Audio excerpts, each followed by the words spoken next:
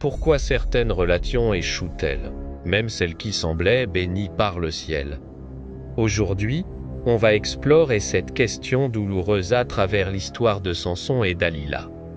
Une histoire qui, bien que biblique, révèle des vérités incroyablement actuelles sur nos propres relations. Imaginez Samson. Un homme choisi par Dieu, doté d'une force surnaturelle, destiné à de grandes choses. Sa vie semblait tracée par une main divine. Puis il rencontre Dalila. L'attraction est immédiate, intense. Pour Samson, c'est une évidence, cette rencontre ne peut être qu'une bénédiction, un signe de Dieu, et c'est pas ce qu'on se dit souvent. Quand une connexion est si forte, si électrique, on la confond facilement avec la volonté divine. On pense c'est lui, c'est elle. Dieu me l'a envoyé, mais attention, l'émotion intense n'est pas toujours synonyme de direction divine. Nos sentiments, aussi puissants soient-ils, peuvent nous tromper. Samson, emporté par sa passion, a oublié de demander à Dieu si cette femme était vraiment pour lui. Il a suivi son cœur, mais son cœur l'a égaré. C'est la première leçon, ne jamais laisser l'émotion prendre le pas sur la sagesse et le discernement spirituel. Priez, demandez conseil, cherchez la paix de Dieu, pas seulement les papillons dans le ventre. Très vite, les premières fissures apparaissent dans leur relation. Dalila, poussée par l'appât du gain, commence à harceler Samson pour connaître le secret de sa force. Une fois, 2 fois, 3 fois, elle insiste.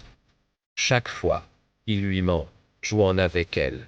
Mais ce petit jeu révèle quelque chose de profond. Le manque de confiance s'installe. La manipulation remplace la communication honnête. Quand l'amour commence à perdre patience, quand on doit supplier, négocier ou manipuler pour obtenir de l'affection ou de la vérité, c'est le signe que la relation est en train de mourir. L'amour véritable, comme le dit la Bible, est patient, il est bon, il ne cherche pas son propre intérêt. Le petit jeu de Samson et Dalila était tout sauf ça. C'était un combat de volonté, une lutte de pouvoir. Et puis, le silence s'est installé. Pas un silence apaisant, mais un silence lourd de non-dits, de secrets. Samson ne se confiait plus. Dalila ne cherchait plus à le comprendre, mais à le percer à jour pour le trahir. On pense souvent que les disputes sont le pire ennemi d'un couple. C'est faux. Le silence est bien plus destructeur. Une dispute, c'est encore une tentative de connexion, même maladroite. Le silence, c'est l'abandon. C'est le signe qu'on a renoncé à se battre pour la relation. C'est un mur qui se dresse entre deux cœurs. Et derrière ce mur, l'amertume et le ressentiment grandissent jusqu'à tout empoisonner. Mais la racine de tous ces problèmes, la fissure originelle, était bien plus profonde. Dieu n'était plus au centre. Pour Samson, sa relation avec Dalila était devenue son idole. Il a tout misé sur elle, au point d'oublier sa consécration, sa mission, et surtout, sa relation avec Dieu. Quand Dieu n'est plus la priorité, tout le reste s'effondre. On cherche dans notre partenaire ce que seul Dieu peut nous donner, une sécurité parfaite, un amour inconditionnel, une identité complète. Mais un être humain, aussi merveilleux soit-il, ne peut pas porter ce poids. Il finira par nous décevoir, non pas parce qu'il est mauvais, mais parce qu'il n'est pas Dieu. L'amour qui ne puise pas sa source en Dieu finit toujours par s'épuiser. Il devient exigeant, possessif, et il se tarit. C'est comme essayer de faire fleurir une plante sans jamais l'arroser. Ce qui liait Samson à Dalila à la fin, ce n'était plus de l'amour, mais de l'attachement. Un attachement toxique, nourri par la peur de la solitude et l'habitude. Il savait qu'elle n'était pas bonne pour lui, il sentait le piège se refermer, mais il ne pouvait pas partir. Combien de personnes restent dans des relations destructrices non par amour, mais par peur? Peur d'être seul, peur de ce que les autres diront, peur de l'inconnu. Mais la peur n'est jamais un fondement solide pour construire quoi que ce soit. Une relation basée sur la peur n'est pas une relation, c'est une prison. Samson était devenu prisonnier de sa propre passion et de sa peur de perdre Dalila, et la chute fut inévitable. Épuisé par ses insistances, Samson a fini par céder. Il lui a révélé le secret de sa force, le signe de son alliance avec Dieu. Il a trahi Dieu pour une femme qui allait le trahir pour de l'argent. Pendant qu'il dormait, elle a fait couper ses cheveux. Quand il s'est réveillé, il pensait pouvoir se défendre comme avant. Mais la Bible dit une phrase terrible, il ne savait pas que l'Éternel s'était retiré de lui, sa force était partie.